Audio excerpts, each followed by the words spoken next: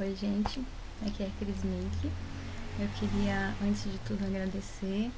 Ontem, depois do bate-papo que eu tive com a Estela, com a Samanta e com a Bia, eu recebi bastante recadinho, bastante gente pedindo para ser adicionado, bastante gente querendo conhecer meu trabalho. Então foi bem legal. E me pediram para mim explicar um pouquinho mais de como que foi esse meu começo com o artesanato. Na verdade, acho que eu acabei resumindo demais, que eu não quis falar muito, né? Então, já vou pedir desculpa que vai ser um pouco longo. Eu tô aqui com essa cara amassada, agora são 7h30 da manhã, hoje é feriado, né? Mais vida de artesã é isso mesmo. A gente não tem horário para fazer. Quando tem encomenda, a gente acorda cedo, costura de madrugada, né? E por aí vai. Então, assim, o artesanato ele sempre esteve bem presente na minha vida desde criança.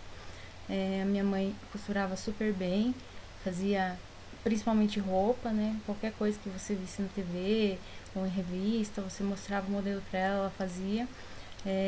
E a minha avó também, que era crocheteira, fazia crochê sem nem olhar para a mão, tudo muito perfeitinho.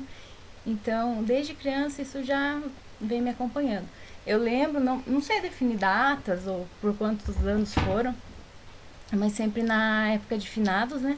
A minha mãe fazia coroas para finados, que eram, não sei se vocês vão conhecer, já viram alguma vez, eram coroas de plástico, mas as flores eram todas costuradas.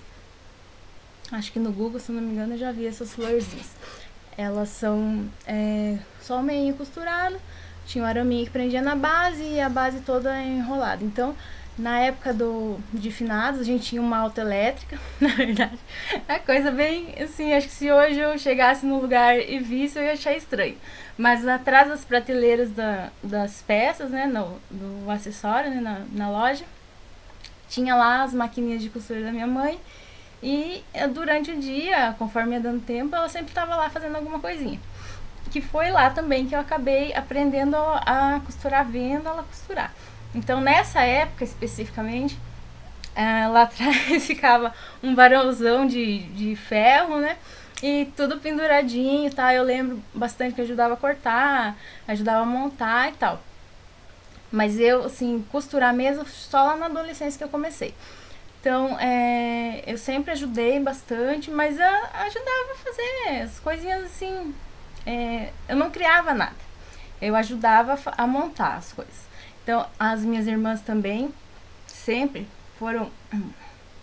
Desculpa. Sempre foram muito talentosas. A minha irmã mais velha teve uma época, ainda quando eu era criança também. A gente tem uma diferença de idade de 10 anos, né? Então, teve uma época que ela costurava camisetas para vender. Nisso eu aprendi também a costurar camiseta, né? Claro que com molde, né? Sem molde já é um pouco mais difícil. Mas ela costurava. Depois, quando ela se mudou, que ela casou, foi embora para Cuiabá, eu ainda tinha 12 anos, então foi bem na fase ainda que eu era bem criança mesmo. E uns anos depois, a minha outra irmã, que é a irmã do meio, que é a Rosane, começou a fazer decoração de festa de casamento e de festa de aniversário. E eu e minha mãe acabamos meio que entrando nisso junto, né, com ela. Porque é ela que desenvolvia tudo, ela que criava os modelos de vaso, de lembrança, de toalha, de mesa, tudo. E a minha mãe costurava. Tudo que tinha a ver com costura, ela fazia. Inclusive cortina, se precisasse, capa de cadeira, ela fazia tudo. E eu sempre ajudava, mas eu também ajudava com as coisas poucas. Ajudava a montar as lembrancinhas, montava os arranjos. No dia dos eventos eu ajudava a carregar tudo, encher balão, o que precisasse, né?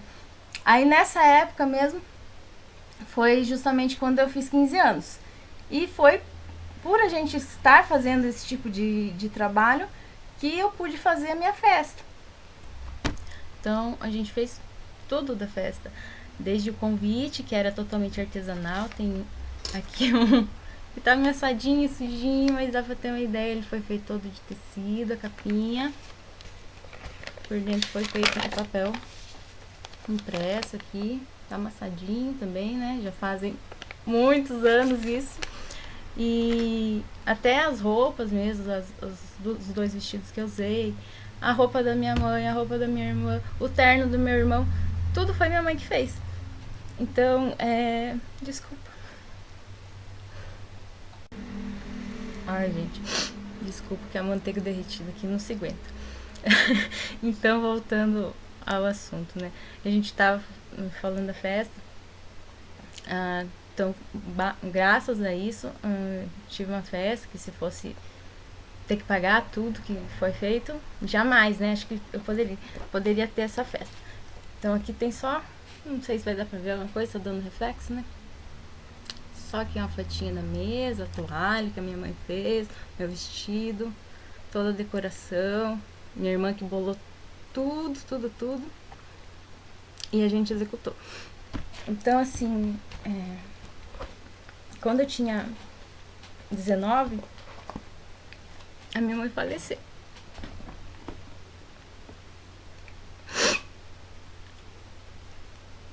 E aí as coisas meio que ficaram abandonadas, sabe? Eu não tinha mais vontade de costurar nada.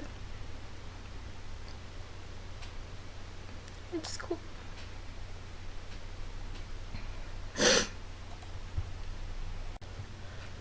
E aí, logo que minha mãe faleceu, como eu já falei, a gente tinha essa autoelétrica.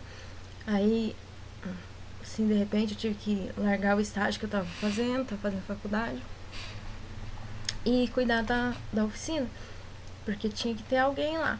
Meus irmãos não podiam, então eu acabei assumindo isso. Eu não cheguei a ficar um ano, deu um pouco menos de um ano lá. Depois a gente fez o que a minha mãe já planejava fazer quando ela se aposentasse, que era passar para os próprios funcionários essa oficina. E aí, nesse tempo que eu ficava lá, tem minha prima, que é quase irmã, né? Que é a Lu. Beijo, Lu. Que aprendeu a fazer ponto cruz. E aí ela ficava comigo quase que todo dia lá. Ela levava o ponto cruz dela, e eu, que sempre achei que jamais teria paciência para fazer, gostei, comecei a fazer. E aquilo, eu acho que foi a minha primeira salvação pelo artesanato, porque aquilo me ajudava a passar o tempo, sabe? E ao mesmo tempo que me ajudava, eu via que eu gostava daquilo que eu fazia, sabe? Eu fazia, apesar de não ser perfeito ainda, não faço ainda perfeito, faço bonitinho, mas não faço perfeito. Mas aquilo deu uma guinada, assim, pra mim, porque era uma coisa que eu tava tendo prazer num momento que foi bem difícil, né? E aí, 2 anos depois... Não, desculpa. Não, isso mesmo, eu tô trocando tudo. 2 anos depois, eu me mudei pra Cascavel. Eu morava antes em Corbélia, que é uma cidade vizinha aqui. Eu mudei pra Cascavel e eu trouxe junto as máquinas de costura, que apesar de não estarem sendo usadas lá, fiquei muito tempo sem costurar nada, eu trouxe junto. E elas continuaram aqui do mesmo jeito que estavam lá, praticamente sem uso. Lá, de vez em quando, eu fazia alguma coisinha pra casa, mas pouca coisa. Eu fazia mais mesmo roupa, né? Que era o que eu tinha aprendido com a minha mãe. Um pijama, um moletom, umas coisas assim, né? Nada a ver com o que eu faço hoje. Aí mesmo quando eu engravidei da Lu, eu fiz algumas coisinhas de ponto cruz, mas muito pouco. Na verdade, não tinha muita vontade de fazer. E eu fiz também o kit de quarto dela. Mas eu fiz do jeito que... nem sei como que eu fiz, porque eu peguei e naquele tempo não tinha internet, não tinha como acompanhar algum passo a passo, como hoje em dia tem cursos aí maravilhosos, tudo. Então eu peguei, medi e fiz o quartinho dela. Deixa eu até mostrar que não dá pra ver muita coisa. E decoração de parede, de EVA ali, que eram as abelhinhas, as florzinhas, eu fiz tudo. Ah, não vai dar pra ver, né? Mas tudo bem. E de novo, acabou ficando tudo meio abandonado, só lá de vez em quando eu precisava fazer alguma coisinha, eu ia lá e costurava. Aí lá em 2012, eu criei meu blog, que é o Delicinhas e Coisinhas. Quem não conhece, vai lá conhecer, que tem bastante receita legal, principalmente, né? Então o intuito maior do blog era justamente as receitas. Mas, como o próprio nome diz, né, sempre tinha algumas coisinhas que eu fazia. Mas não tanto relacionada à costura, eu fazia algumas outras coisas também, né? E aí, quando entrei nesse negócio de blog, eu conheci muita gente, muitas meninas que tinham blogs também, não só de culinária, mas principalmente de costura. E eu conheci o Clubinho da Costura, que tinha uns desafios, que é da Calilpe. Tinha os desafios de costura. Quando eu conheci, já estava acho que lá no 8º ou 9º, não sei dizer. E eu comecei a fazer. E aí eu me encantei com aquilo, amei. Fiquei assim, super animada, porque você fazer um negócio com PAP, que te ensina a fazer certinho, é outra coisa, né? A qualidade do teu trabalho é outra. Então eu fiz o primeiro, foi o avental, e eu amei. E aí comecei a fazer outras coisinhas diferentes, comecei a acompanhar mais blogs de costura, conheci um monte de gente legal, conheci a Estela, que estava na conversa ontem comigo, conheci... eu não vou falar todo mundo pra não esquecer de alguém. E aí comecei a fazer várias coisinhas diferentes de costura mesmo, e comecei a postar as fotos no meu perfil pessoal, né, no Facebook. Fazia papos também pra publicar lá no blog, apesar de serem papos considerado hoje, com as apostilas que eu faço, eram coisas bem mais simples, peças bem mais simples, mas eu sempre gostei desse negócio de compartilhar. E lá no blog mesmo, ou na minha fanpage, tem bastante papo gratuito, depois quem não conhece ainda vai lá dar uma olhadinha. Então, como eu tava falando, comecei a fazer as peças e comecei a postar, porque eu ficava orgulhosa daquilo que eu fazia, né?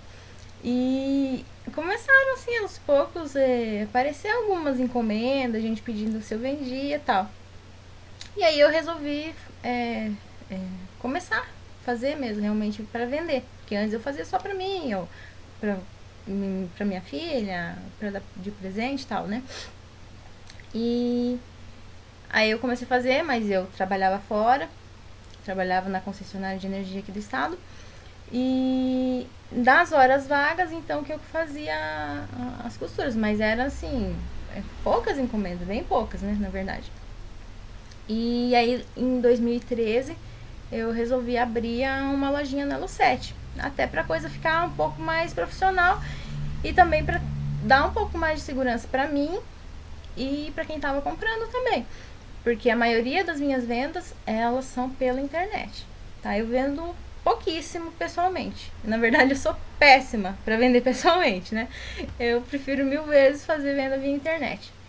Então eu abri a lojinha do Elo 7 e aí as coisas foram aumentando, tomando volume. Só que como eu trabalhava fora também, eu não podia pegar muita coisa, e o que eu pegava normalmente tinha um prazo longo, né? Hoje meu prazo é em torno de 25, 30 dias úteis. Ainda é um prazo longo, mas eu não consigo fazer menos por causa do volume de encomendas. E naquela época era isso também, mas teve alguns períodos que, por causa justamente dessa questão de eu trabalhar fora, eu cheguei a ter 50 dias úteis de prazo. Mas mesmo assim tinha gente que queria, que comprava e esperava os 50 dias úteis. Então aquilo pra mim era assim, nossa, não sei nem explicar, né? Alguém comprar um negócio teu, pagar adiantado, esperar 50 dias úteis pra você fazer, mais o prazo do correio ainda, né? Que dependendo do lugar aí demora mais uma semana, 10 dias, às vezes até mais. Então, eu amava aquilo, só que aquilo cansava também, né? Porque é uma rotina bem pesada. Trabalhar fora, filho, marido, casa, mais as costuras, né? Eu costurava direto até madrugada nessa época. Direto, mas eu amava. É uma coisa que eu fazia porque eu gostava mesmo. E aí, em 2014, já vai começar chorando de novo. Em 2014 eu tive assim, um período bem crítico no trabalho. Não na costura, no trabalho mesmo, oficial. E aí eu passei um período assim. É, eu não sei explicar.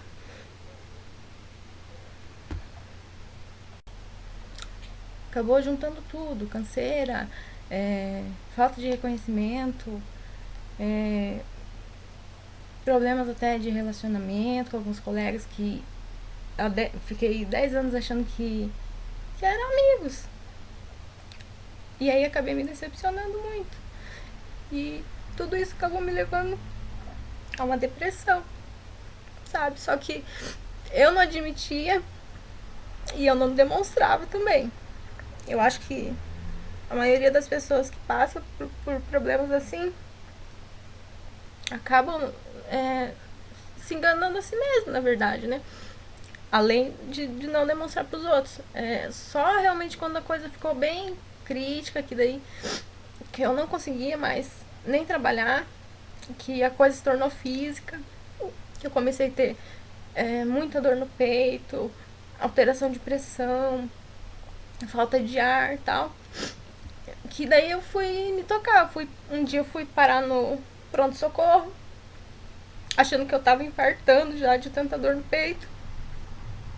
Aí o médico me examinou, fez todas as perguntas lá corriqueiras, fez os exames.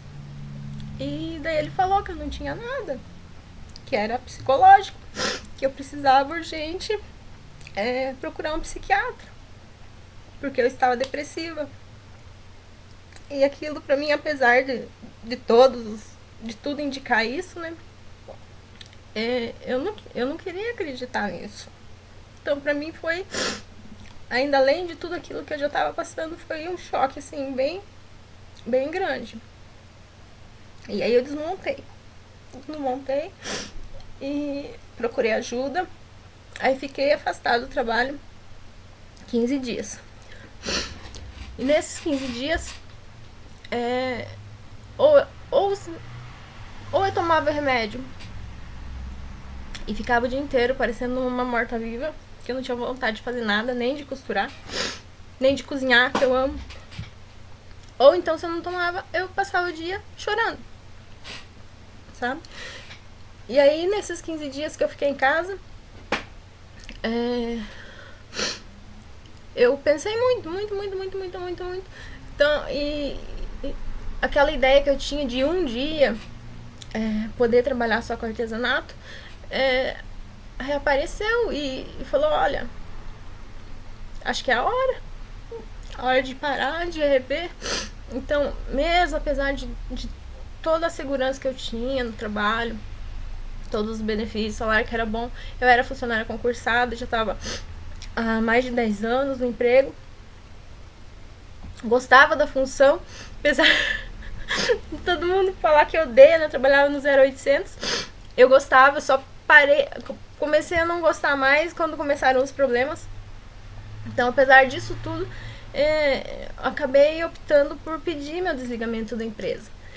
E não foi fácil, porque tenho medo não só financeiro, mas e se nada der certo, digamos, né? O que eu vou fazer da minha vida depois? Mas eu tinha duas opções no momento, que era continuar do jeito que eu tava, vivendo infeliz, à base de remédio, só pra poder, digamos, suportar tudo aquilo que tava acontecendo, ou voltar a viver uma vida feliz, fazendo aquilo que eu gostava, mesmo que financeiramente não fosse a mesma coisa e não tivesse a mesma segurança de um trabalho formal. Então eu acabei pedindo desligamento da empresa, um monte de gente me chama de louca, tudo, mas eu não me importei, porque a minha família me apoiou. Eles foram muito importantes pra mim nesse período. E um gatinho que um mês e pouco depois, justamente nesses dias aí que eu estava bem triste e tal, a gente acabou adotando, que era o Tunico. E ele ficou só um mês e pouco aqui conosco e depois ele sumiu. Então, assim, nos dias que eu tava em casa, sozinha, que o marido tava trabalhando e a filha tava na escola, eu digo que ele foi meu anjinho da guarda, porque ele tava sempre comigo, me apoiou. Eu que nunca gostei de bicho, assim, nunca quis ter animal, tinha tido uma experiência em casa que com um cachorrinho que não foi boa. E aí eu tinha prometido que nunca mais ia ter um bichinho de estimação. Mas naquele momento que eu estava fragilizada, acabei cedendo os pedidos da minha filha. Mas na verdade fui eu que mais me beneficiei disso tudo, né? Porque ele era um amor e super carinhoso. E eu conversava com ele. É até engraçado, né, falar isso, mas eu conversava com ele e tal.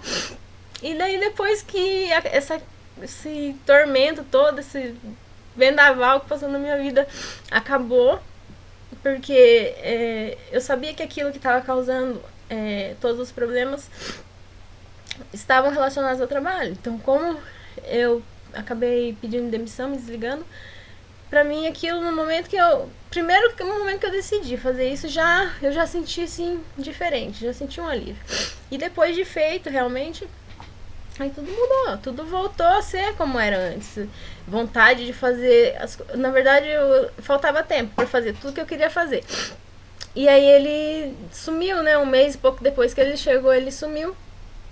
A gente nem sabe ainda direito o que aconteceu. Eu acredito que ele tenha saído pelo portão quando o marido foi levar o lixo pra fora. Mas eu digo que ele foi só um anjinho que apareceu pra me ajudar. E aí depois disso, a gente acabou tendo outro bichinho, que é o Bisteca, que quem me acompanha aí sabe, eu sempre posto foto dele, que é quase que um filho pra mim também, que eu amo. Mas voltando ao assunto, então, isso tudo aconteceu em novembro de 2014. Então, de lá pra cá, um ano e meio mais ou menos, né? Que eu comecei a me dedicar exclusivamente às costuras, né? E é muito difícil. No começo, principalmente, porque eu já não conseguia antes manter uma rotina fora do horário de trabalho, claro que era fixo, que sempre eu fazia tudo dentro dos conformes. Mas fora do horário eu sempre fui muito bagunçada. Questão de casa mesmo, horário pra costura, é difícil pra mim ainda, até hoje. Mas hoje eu já consigo manter uma rotina melhor. Então foi assim um começo meio tumultuado, porque daí, além de eu me senti meio perdida, né? De mudar tudo, né? Não tinha mais que seguir aquela rotina de ir pro trabalho, mas eu tinha que tentar criar uma rotina de trabalho aqui em casa. E é difícil trabalhar em casa. Quem trabalha em casa sabe, principalmente com criança, né? Que você tem que dar uma atenção maior, tá toda hora te chamando. Tem que parar pra fazer almoço, tem que limpar a casa e tal, então é bem complicado. Mas eu fui levando. Fui levando, comecei devagar. Logo depois, acho que alguns meses depois ali, eu já comecei a fazer as apostilas virtuais. Hoje eu tenho 15. Mais ou menos metade são só de moldes de aplique e a outra metade são de projetos mesmo, completos, com PAP para fazer a peça. Então, isso também deu digamos, uma turbinada nas minhas vendas, né? Porque não é fácil viver só de artesanato, principalmente no começo.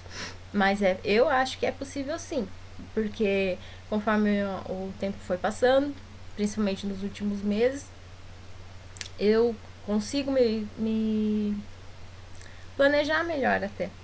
E consigo atender mais encomendas. E as encomendas também aumentaram. Então, assim, como eu falei ontem lá na conversa, se eu tivesse hoje que pagar todas as contas de casa, só com o dinheiro do artesanato, talvez não desse. Mas ela dá uma ótima ajuda. E eu acho que em pouco tempo, sim, vai dar pra pagar tudo.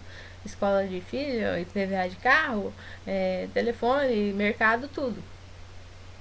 E isso pra mim, mesmo que não desse pra pagar tudo, eu acho que compensa, porque é um trabalho que eu amo fazer, que eu faço dentro da minha casa, que eu tenho tempo pra minha filha, pro meu cachorro. meu marido, faço o almoço. Eu só não tô mais limpando casa quase, graças a Deus. Só de vez em quando, né? Preciso dar alguma limpadinha, porque eu arrumei uma diarista. Isso também ajuda bastante essa questão, principalmente pra mim que sou desorganizada, de conseguir manter uma rotina de trabalho melhor, porque senão você acaba tendo que cuidar de tudo sozinho e aí costura até altas horas da madrugada, tá? Você vai chegar num ponto que você cansa demais e não dá mais. Não dá pra levar muito tempo. Dá, claro, alguns períodos aí que você tem muita coisa pra fazer, e eu fiz isso muitas vezes, de trabalhar assim bastante, né, até madrugada e tal. Mas não é o ideal. O ideal é você trabalhar um horário como se você estivesse trabalhando fora. Só que quem trabalha em casa é mais complicado. Então, assim, eu procuro sempre, se não deu pra me costurar de manhã, tem uma consulta, tem alguma coisa, aí à noite eu recupero o que eu não fiz de manhã, coisa que se eu trabalhasse fora não seria possível, né? E aí, além das apostilas também, ano passado eu fiz uma oficina presencial de caseado, até te apliquei com caseado, mas à mão.